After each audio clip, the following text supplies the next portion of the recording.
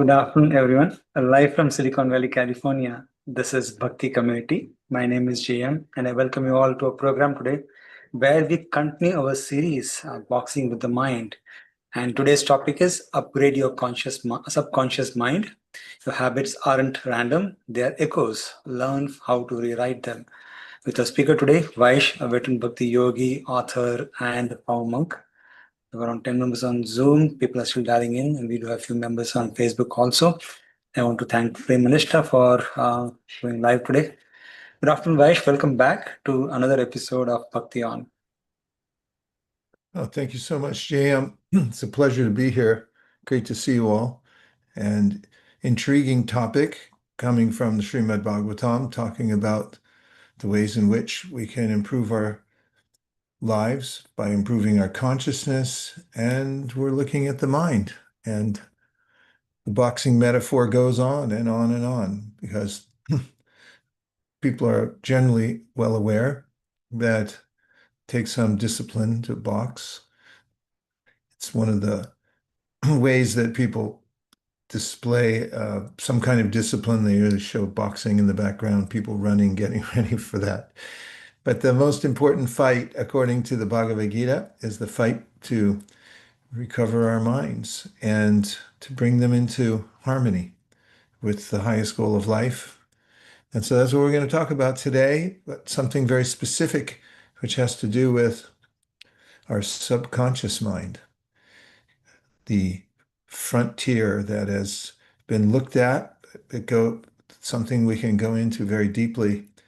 And by understanding it, we can understand many of the ways that we're impelled to do things. And we can also address the condition of our subconscious minds through the process of bhakti yoga. That's a short preamble for what we'll be talking about today. What I'm most interested in now is to see, JM, if anybody's joined us for the first time, if somebody has a guest they want to introduce. Go ahead, Vicky. Thank you. Wanted to welcome Wa. She came to our center. Actually, yes, there she is. Okay, I see her on her phone. She came to our center on Krishna's birthday, and her and her husband just so happened to be in town from Riverside, California, and they're actually farmers out in Riverside. So she's been sharing a lot of pictures of her farm with me, which I find to be really lovely. And Wa, please, actually, this is her second time, and she can't stay the whole time because she's got to go pick up her kids, but we'd love to hear from you while you're here, Wa.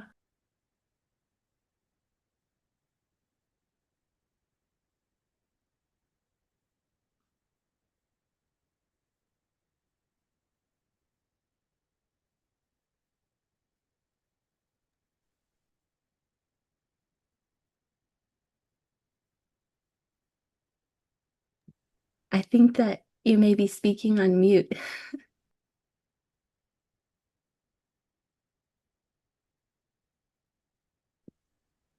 Hi, everybody. I believe I'm unmuted now. Yes, we can hear you well. Thank you for checking in. Thank you. And thank you for having me. My name is Wah, and I'm here in Riverside, California. I had the honor to visit your temple, and I'm very thankful for the experience. And I'm interested in listening in. I like the idea of boxing with the mind. So thank you for having me. Great to have you. Thank you very much. You're Welcome, welcome. Va. Yeah, thank you for joining us, Va. Welcome. Thank you. And we have Ananga and Kamalakshi next. Please go ahead, Ananga. Hello, hi. We have Melissa over here today. Excuse her. We met her on Saturday at Mountain View Art and Wine Festival. She very enthusiastically stopped by at a table, and she just wanted Bhagavad Gita and was very curious to know more. So we have her here, Melissa. If you are able to unmute yourself and say hi to everybody. Absolutely. Yes, we definitely crossed paths recently, and I'm excited to learn more and hopefully broaden my perspective. So I'm really happy to be here. Thank you for having me. Thank you so much. You. I like that phrase, Melissa, crossing paths. It's sounds like something momentous because everyone has a path, and when we cross paths, we all gain. Really nice. Thank you. Welcome, Melissa, and thank you, Ananga. We have Kamalakshi next. Hare Krishna, everyone. I would like to welcome Ray. I met Ray at Zion National Park. Welcome, Ray. Would you like to say something? Or hi?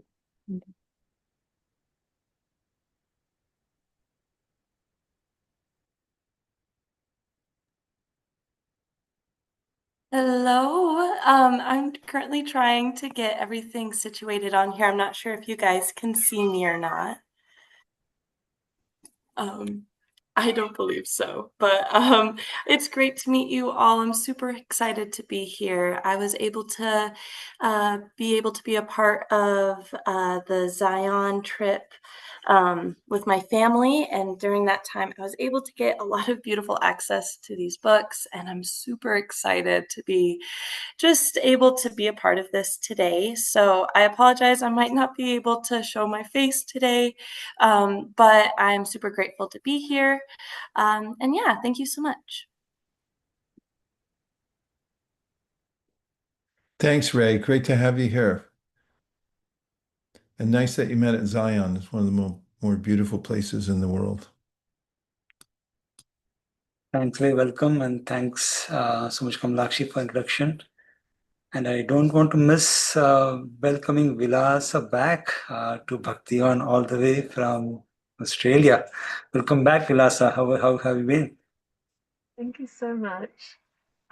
Yes, I'm very well, thank you. I'm traveling at the moment, and I just realized, hey, I can join into this now. It works for me. The time in Australia, I'm actually in the Gold Coast at the moment visiting my mum, and I don't have anyone to introduce today, but a few people I've met along the way have started to come along, and I thought it's time to come back to this community, and I feel really happy because I can feel the warmth and how welcoming this community is. So thanks for having me back. Nice to see you all again.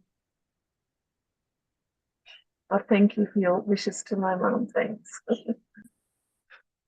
Great to have you here, Vilas Mandri. Thank you very much. Yes, really happy to have you back. And I do see there are a few more people maybe here for the first time or maybe second time, I guess. In case you're here for the first or second time and you have not introduced, please feel free to say hi. We'd love to hear from you.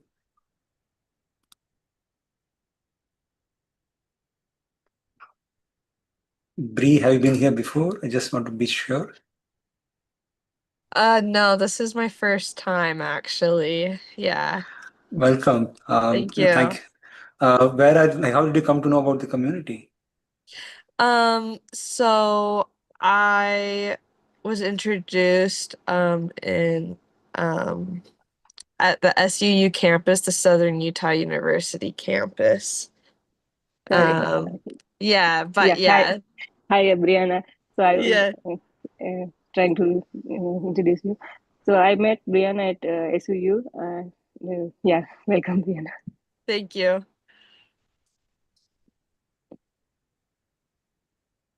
Thank you, Kamalakshi, and welcome, Brianna. Really happy to have you. Anyone else here for the first time? I'm just going through the list. I think maybe that will be all for now. We'll check in after some time. Great.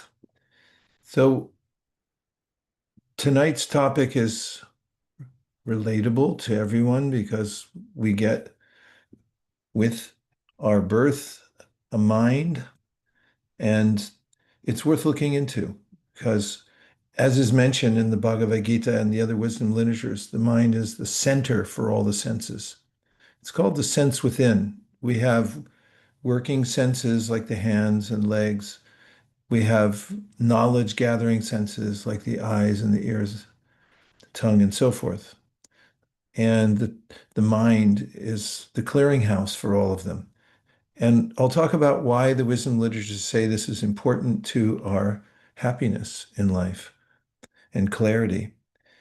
And we do know that we have a mind, although it would be hard to prove empirically because it's so subtle that it's not that like you can put it under a microscope and look at it. Nonetheless, it's there and we contend with it constantly. So the yoga tradition, what to speak of in our Western traditions, we talk about the psychology that drives us, the ways that we're subjected to various states of mind. Well, the yoga world talks about this also. So tonight, we'll go into a topic that most people are familiar with, and that is the subconscious mind. Modern psychology has brought this to light, and quite practically so in many cases, that we're aware of. Actually, there's a documentary that is about the nephew of Sigmund Freud, who had taken the findings of his father, of his uncle, Sigmund Freud, and applied it to modern advertising. It's where the birth of advertising comes from, that people are driven by certain kinds of impulses that they don't know that much about. They're subconscious. They're below our awareness, but we're impelled in various ways to act. And in the Bhagavad Gita, the wisdom literature that I refer to frequently, which is a summary of many of the ancient teachings, Krishna talks about the ways that we may be impelled by our subconscious minds. There's parallels between modern psychology and the yoga psychology. Also, notably, Patanjali Muni, a sage from thousands of years ago, wrote extensively about this in a book called the Yoga Sutras. And in it, he states his goal in the beginning, and that is to bring one's mind to a point of peace and clarity so that we can see beyond the turbulence that is there on the surface of the mind and we can understand ourselves more. We can also understand the origin of ourselves. And this is one of the main points of yoga, is to be reconnected with who we really are. And we'll talk about in this deck the false self. This is well known in sociology. We play various roles at various times of our life. And the wisdom literatures say that even the body that we have now, for instance, we have a face. Many of us can see somebody else's face, either a picture, a live picture, a video of it, or a picture. That face is a mask. It's temporary. We only keep this for a little while. But who are we behind the mask? And as a basic tenet or reason for wanting to know this, when we are aware of our true self beyond the mask, then we come into our natural state of happiness. It's called ananda, or joyfulness. It's one of the first symptoms of one who has been able to tame the mind, see his or herself beyond the mask of the present corporeal body. And in the Bhagavad Gita, Krishna, the teacher of yoga, says that in that state, prasanatma, the mind, becomes joyful naturally. Not because you won something or because you got great news, it's just our natural state. But that gets buffered by the many layers of the false self that we have, and that's mostly within the mind. So tonight we're talking about the subject of upgrading your subconscious mind. Now, is that possible? We might think, oh, the subconscious mind is a mystery, and it is somewhat mysterious, But there is a way in which the Bhagavad Gita and the other yoga literatures recommend that we work on our subconscious minds, because after all, that's what informs us, that's what determines the quality of our consciousness, which in turn determines the quality of our lives. So with that preamble, let's look at slide number 3.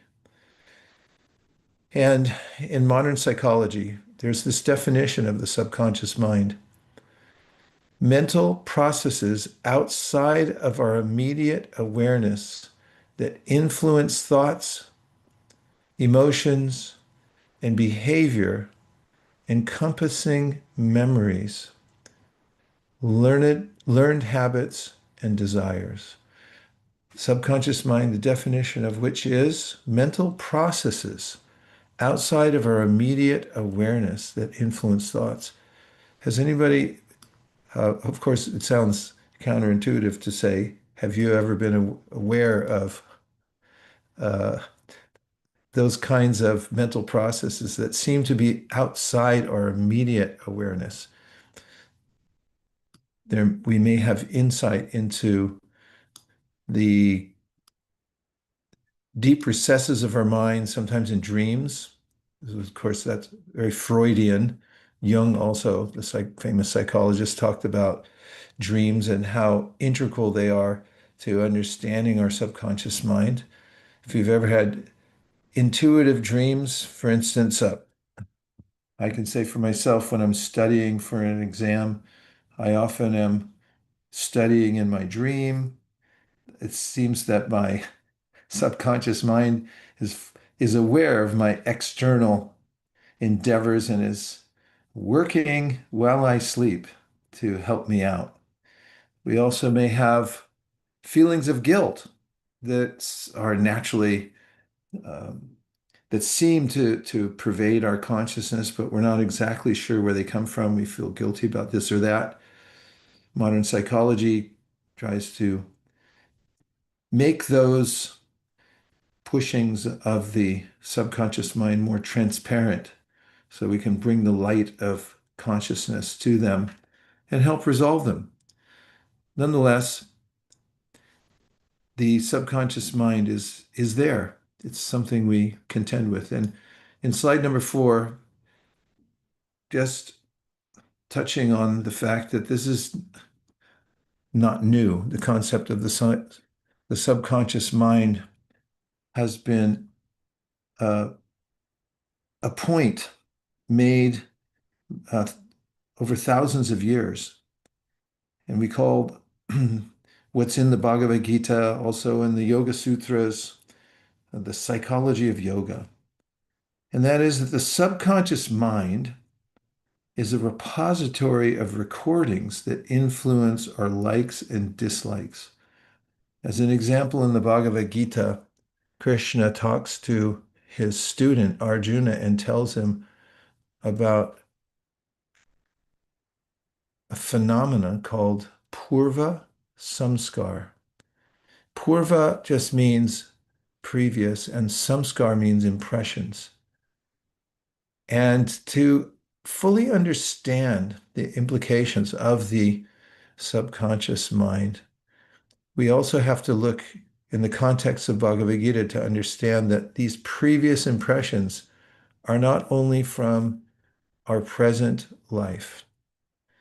Of course, we are the life within the body, but we experience the external world in different bodies, and we've had previous bodies.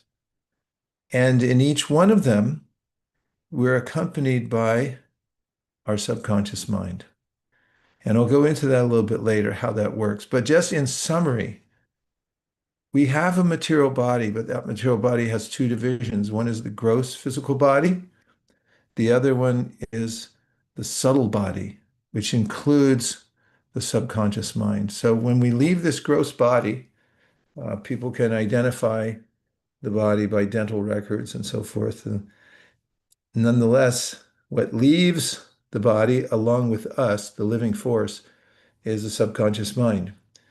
Just as we leave the body temporarily when we sleep, we travel astrally, and we leave the body in neutral, sort of idling.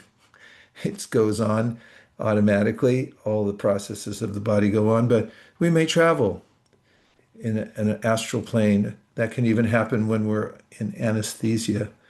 We may observe that our body is below on an operating table and so forth. Not that it happens every time, but it's happened enough so that it can be documented empirically. And what to speak of out of body experiences from near death and so forth. And there are other phenomena that give us a sense of our liminal state when we're not in the body, but we're aware of the body. So in the psychology of yoga, there's a an importance given to how we maintain our subtle body because we have something to do with its condition. And the key in this sentence is that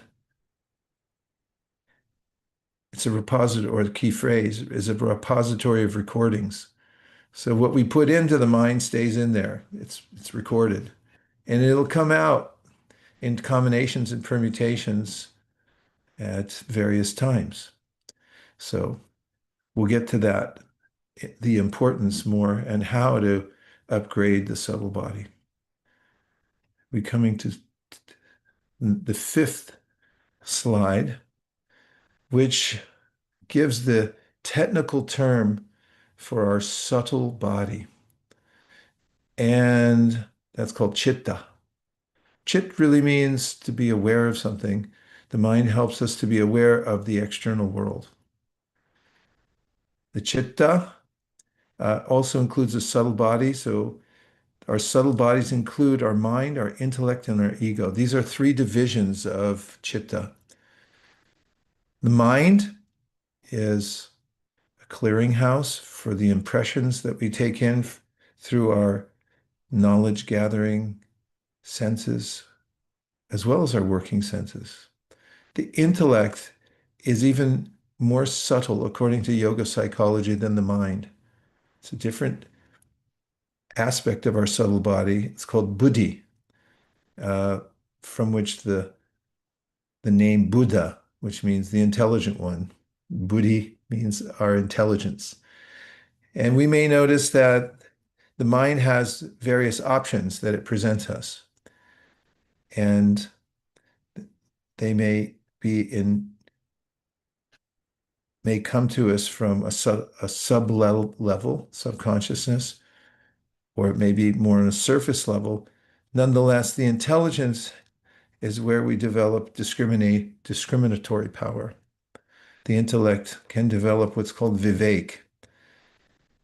And without vivek, we become deranged. Vivek means discrimination, to see what's a good idea and what's a bad idea. For instance, we talked about Shreyas and Preyas recently. And these are two opposite ends of the spectrum. Shreyas means what's good for us ultimately. For instance, we may know that exercise is good for us, but the mind may say, don't get up, just sit there. Preyas means what seems to be expedient or good for me right now. And if we don't have the discrimination to tell that if I do something that seems like a good idea, like you've heard the phrase, people have said, it seemed like a good idea at the time. It didn't work out for you though, did it? Then if we're not able to make that judgment, if we don't have discrimination to see that if I do this thing that seems like it's a good idea right now, but it'll end up causing me to suffer or be in a compromised position later, then I don't have discrimination. So the intelligence helps us to discriminate between Shreyas and Preyas. And the other function of the subtle body, called, or the chitta, which I'm describing in three different divisions, is called ahankara, which means false ego. Now, why would I put the name false in front of ego?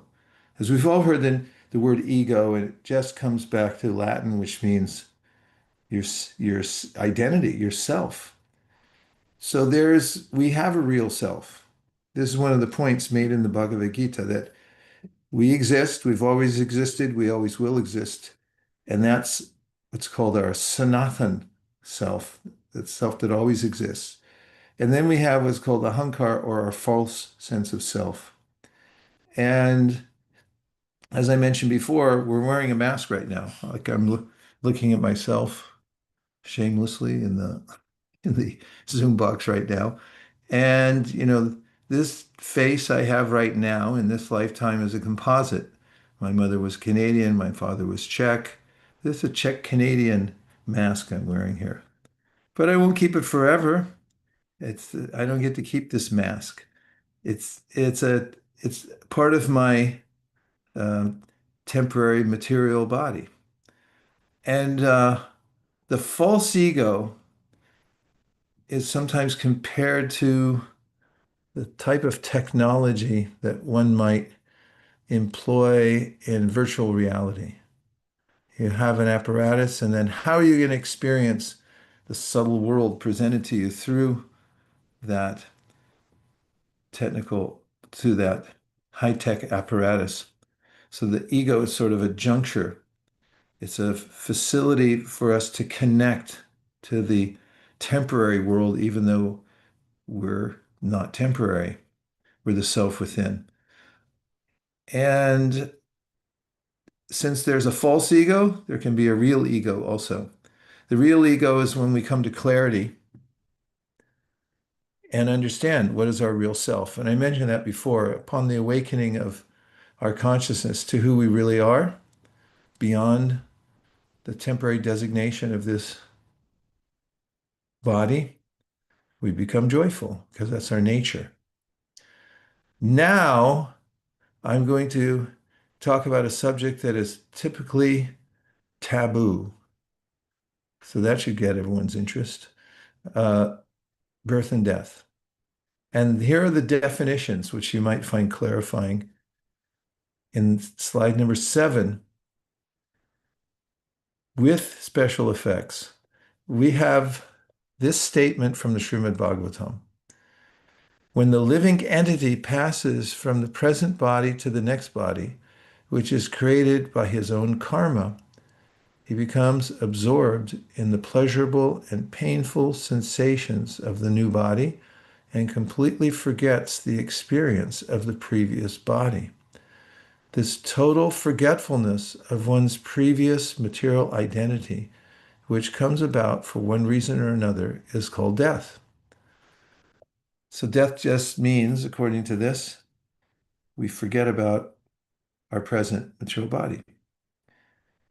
And unless we go to the next slide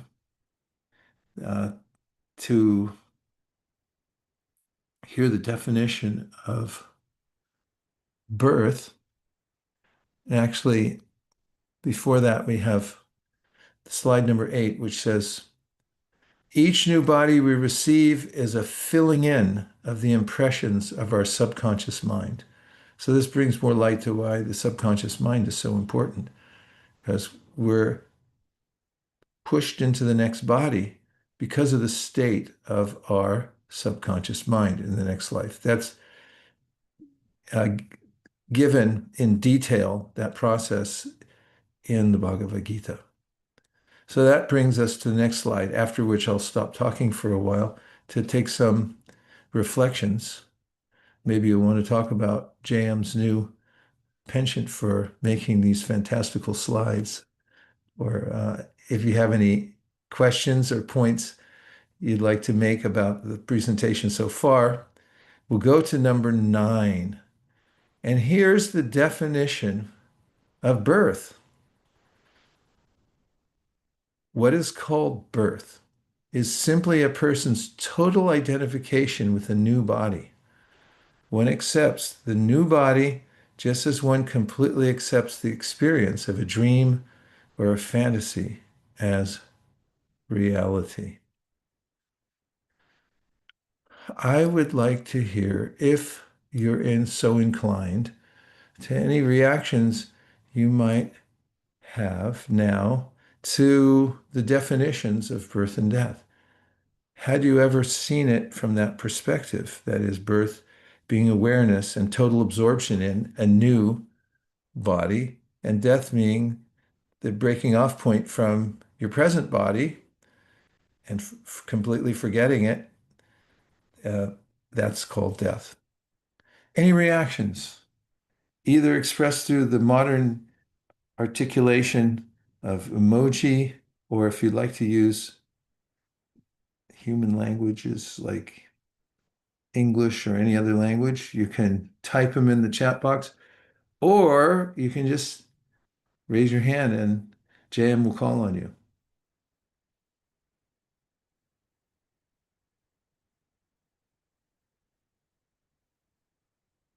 What did you hear that stuck in your mind? What points would you like elaboration on, or would you like to discuss? I'll let JM call on everybody. The definition of death, which you had on the slide, I was just remembering that when I was growing up, I heard like whenever somebody died, my dad used a word called dehant ho gaya, and in Hindi he will say, and dehant means Deh means body and ant means end. And we never thought that it was actually and just end of body. But now when I read this definition, I could just relate to it that what Dehant actually meant and but never thought about it. So thank you for elaborating that. Yeah, it's mentioned in the Yoga Sutra that along with the birth, we also have an ayu or a lifespan that we're likely to live out at a particular time. Of course, one of the great mysteries of life is we're not sure when that is. Go ahead, Sarasubhara. Hare Krishna.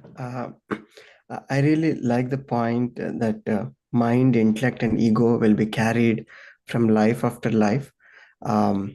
It's very interesting to know that currently the thoughts and mind, words and actions that I may do is actually a combination of that I have developed in this life as well as that I have developed from previous lives, which I am not aware of. But it's very interesting to know that it's a complex phenomenon that's happening for each and every one, um, and um, and also that birth and death are like a finite states, which is difficult to maybe death difficult to accept to the mind. But I think that's a very one it's a wonderful creation where it will erase everything that has been done by the previous life and give a new chance. um yeah, I just want to share this point. Yeah, it's an important point. In the Bhagavad Gita, Krishna says that these come because of the cycle of nature. We're pushed into birth, we're pushed down the birth channel, we come out in a particular place, and then we exit at a certain time, but the cycle goes on until we come to a higher level of consciousness and we're not pushed by the subconscious mind. JM, we have more. Slides are lining up. Yeah. Ray, please go ahead.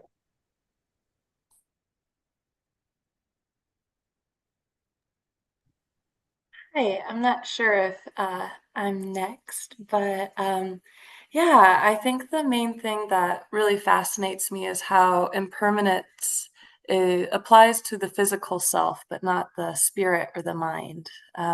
Something about that just kind of fascinates me in some way.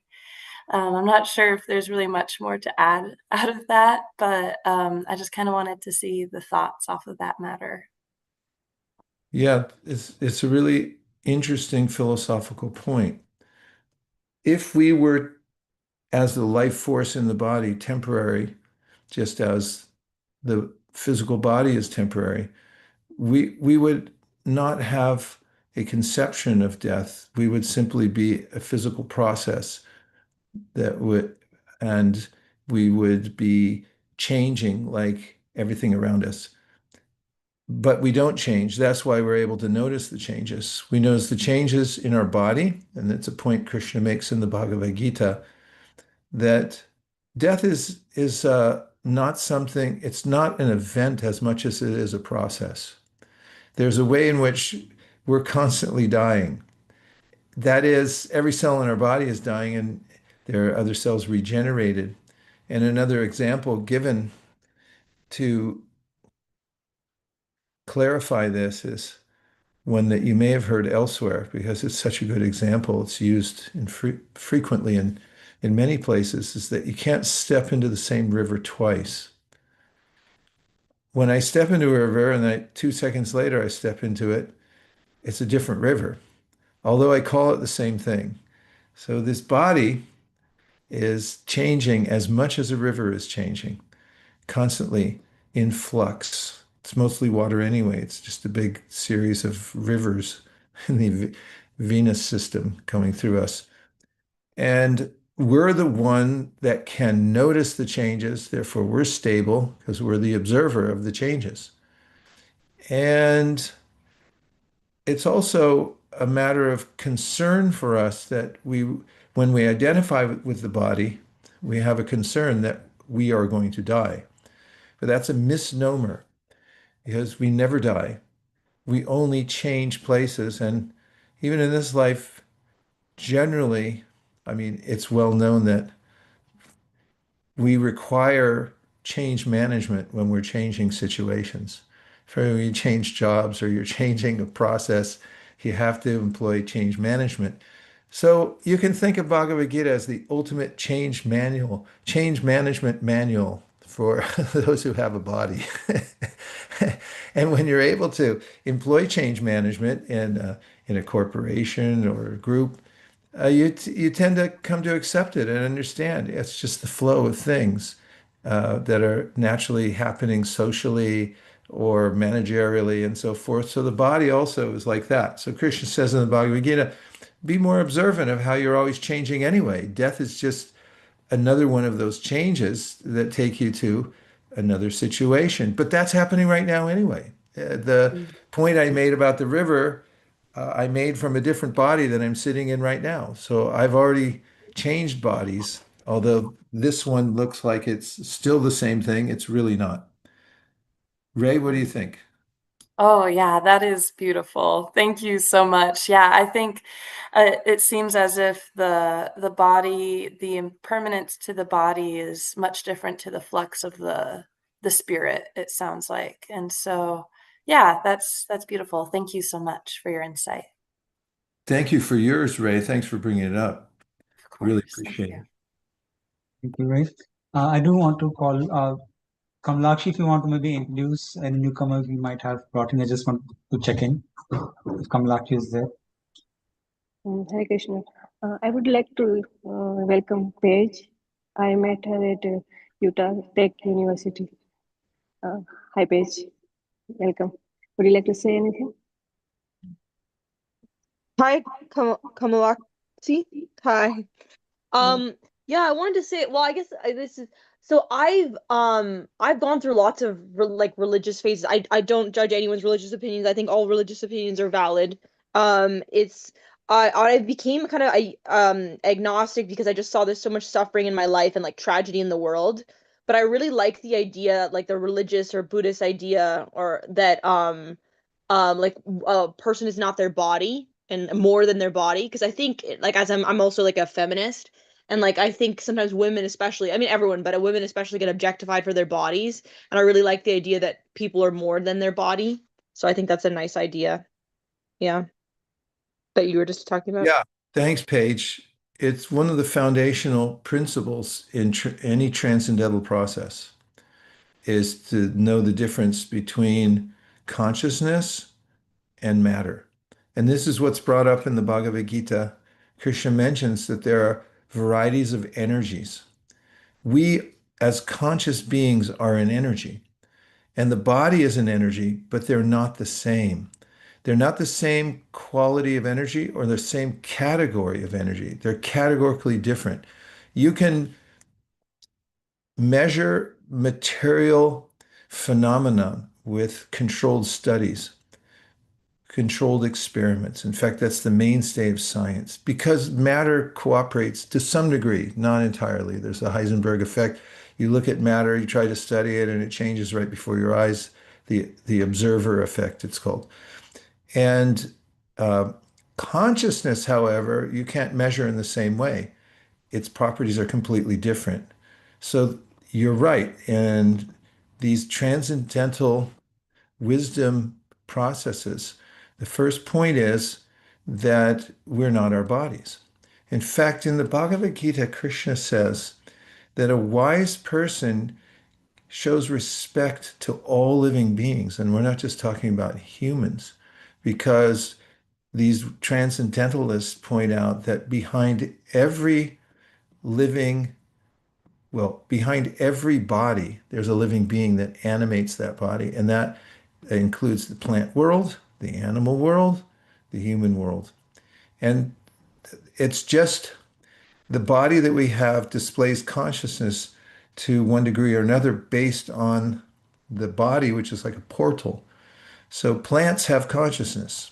They're also living beings.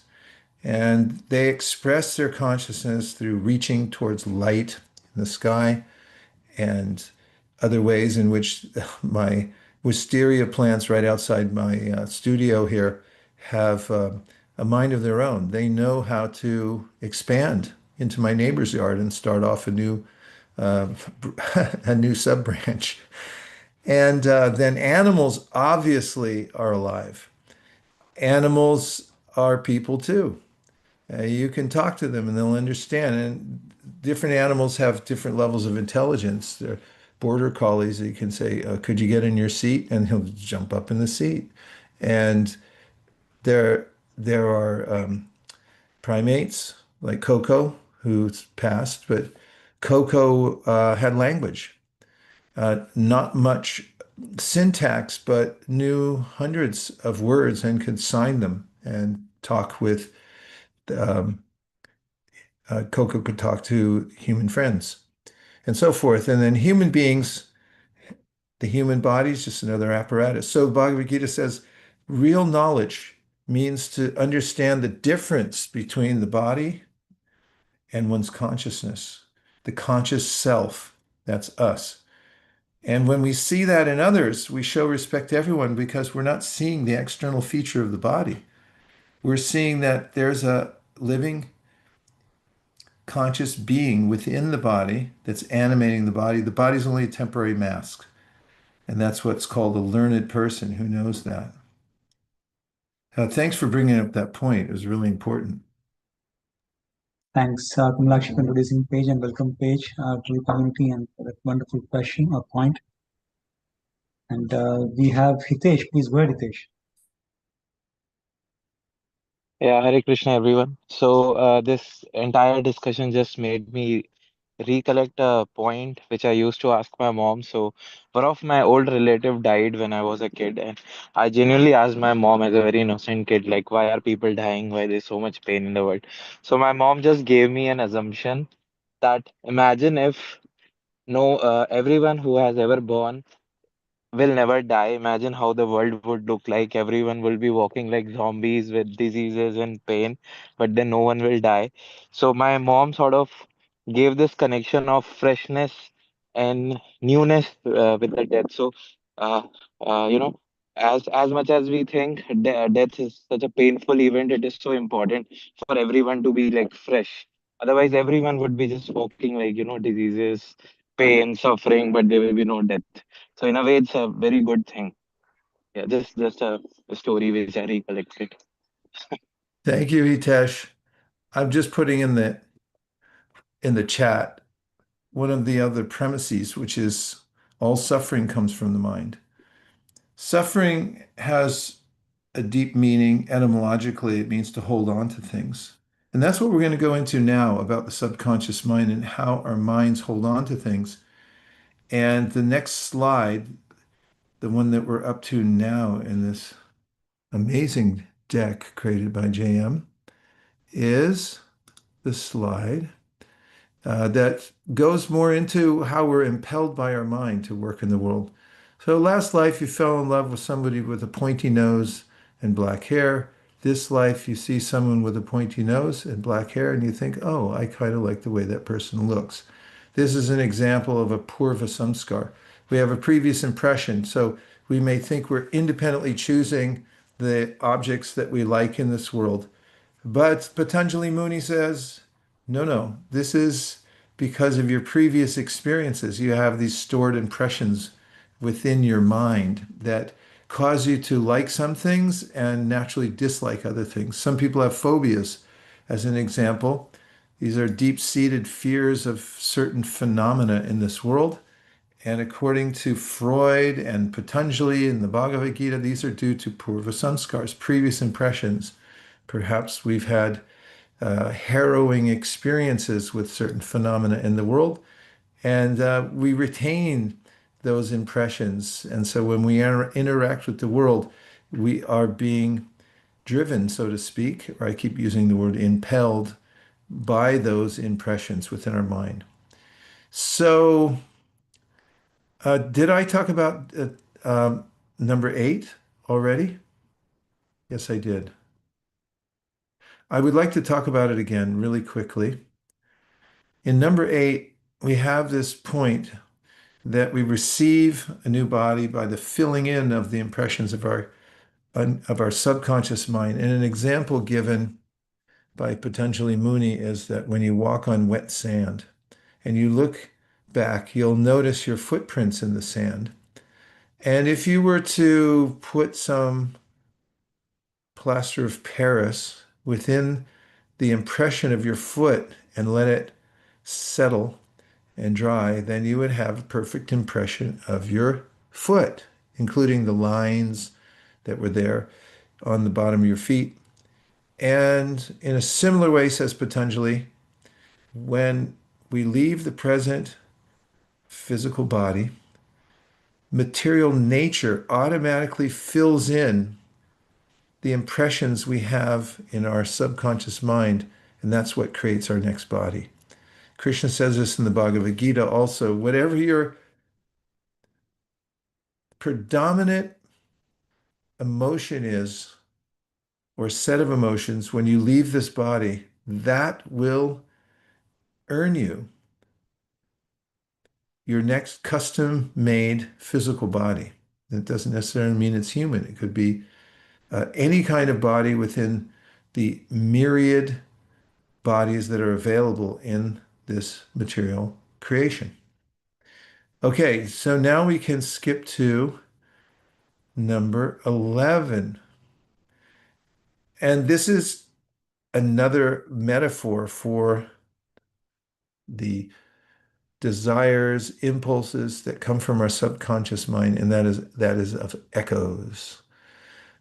It helps to elucidate what's happening subconsciously.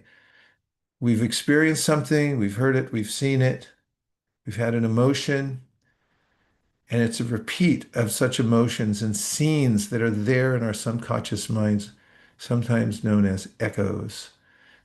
And the mind is full of these. If you've ever taken the time to meditate, for instance, you may notice that as soon as you calm your external senses, bring them inwardly, then there's a lot going on inside, so much so that it's hard to even sit still.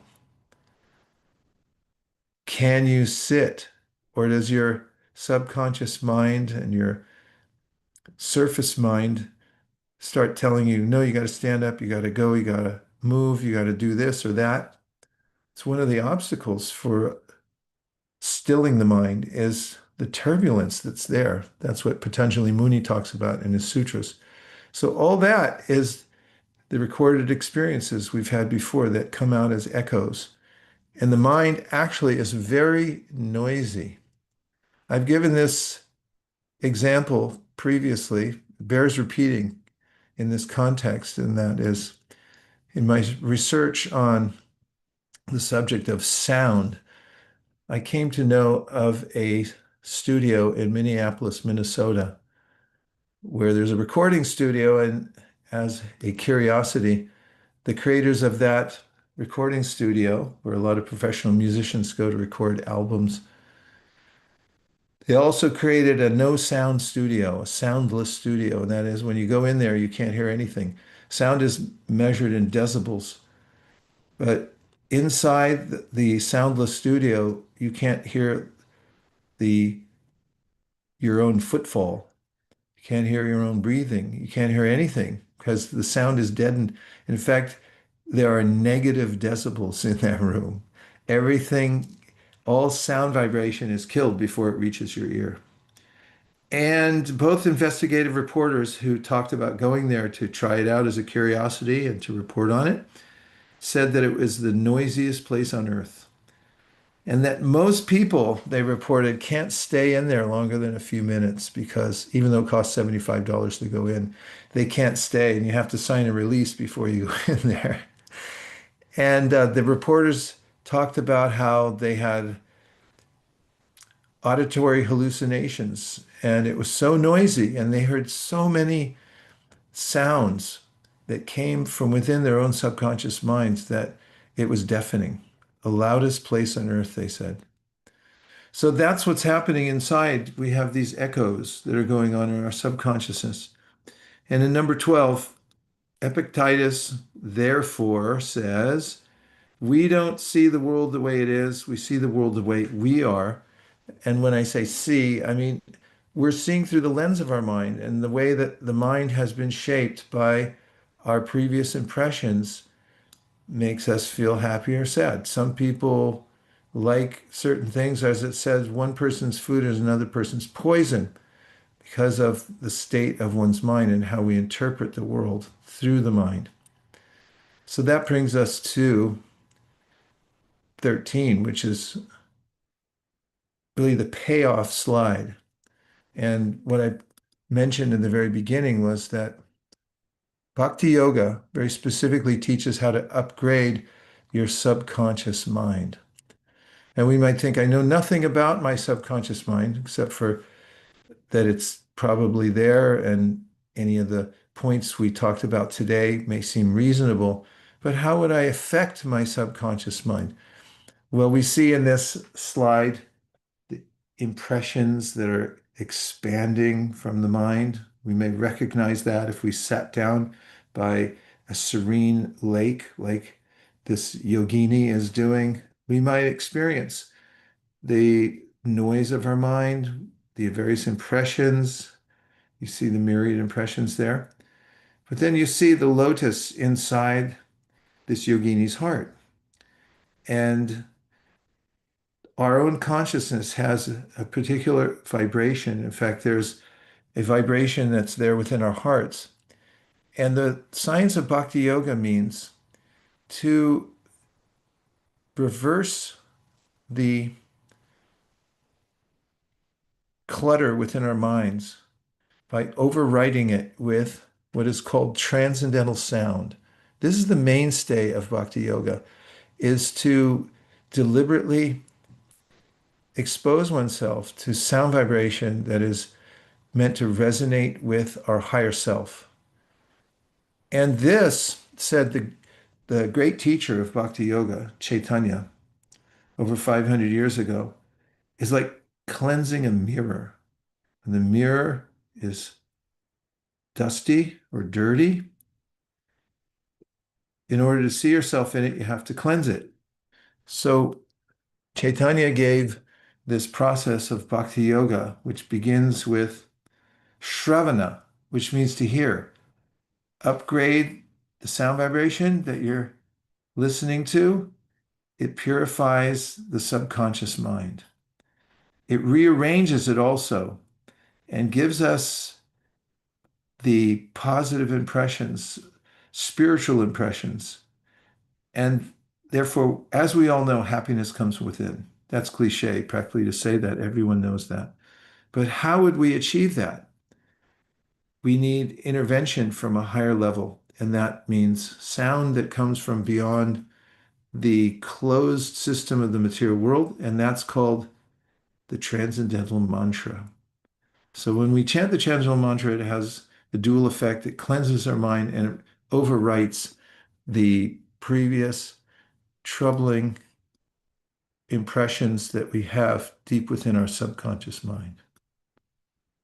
And now I leave it to you for any last reflections, questions, observations, complaints. A couple of reflections and questions. Melissa says one of my favorite quotes, so profound. Melissa, what were you referring to? Well, which one was your favorite quote, Melissa? Hello, it was the quote that said, "We see things as we are."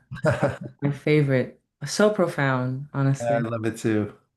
Yeah, it's nice to have those ready in one's pocket because there's a way that the mind can become unruly, but when we remember those points, how we're looking through the lens of our mind and so forth, and that the ideas of attraction and repulsion are being created by something that is superficial, that it can help us to come back into reality, the reality of the self, the true self. Thanks, Melissa. Fantastic. And Kurt asked, can you give an example of Purva Samskaras you have recognized in your own life, Vaish? Uh, uh, it'd be hard to distinguish exactly which is from a past life. And I think we talked about this when I was in Los Angeles. Wasn't this the question you asked me right after I gave that talk in LA and you came out? Kurt? What's up? How's it going? Yeah. I know it was I asked a related question, just to do with if I remember correctly, it was about something to do with Rockefeller and a letter he said to his son. But I've asked this question in a previous chat, but I misspoke. I asked about samskaras, not purva samskaras, which is why I didn't get the additional clarification. Oh, yeah. Okay. Well, Purva Samskars, I mean, I can just say from this life, which I could say from my childhood, there are various samskars that, once when I was a kid, I was riding my golden retriever backwards and I fell through a window and I cut my arm. And now, whenever I get close to glass, I'm particularly careful, as that's registered in my subtle body that glass means danger. That happened when I was a little kid. So can have that.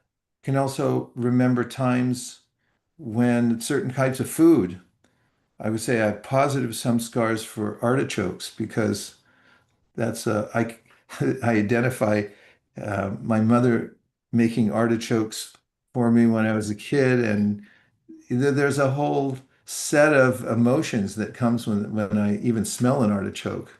I think of my mama and I think of California, which I'm conditioned to like very much because I'm from Northern California. So I feel like wherever I am in the world, I think, okay, I'm counting down the days till I get back to California. And so these are all conditionings. They're based on previous impressions. And I may have them, do have them from previous lives as well, although it would be harder for me to distinguish which ones were from this life and from previous lives. So you never had a vision of a past life then? And have you ever met anybody who did that you believed 100%?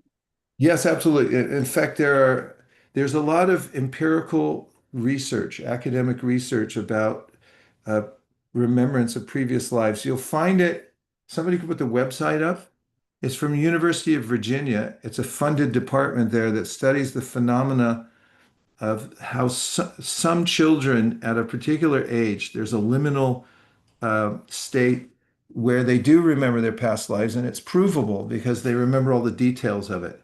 It's not pseudoscience. It's very well documented. There are books about it, at least a couple books. There it is. Perceptual studies. and so forth. So that those are documented and notable.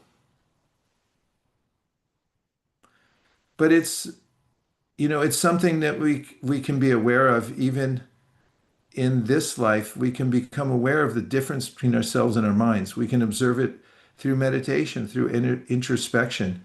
And it doesn't require a supernatural revelation, but just by introspection, we can become aware of the fact that we're separate from our minds, and we can see what the mind produces as being superficial to our real interests or to who we really are. Kurt, where the heck are you? My phone is on. I'm biking right now to my class, but I I have no thought idea so. how. Yeah, I don't know how that filter I got on got there. I my don't hopes even up know. because I thought you were in San Francisco with that background. Yeah, that's interesting. That's some That looks serendipity. like you're like in Marin County right now, probably. Well, Yeah, it's my good to brother. see you. Good to see you as well.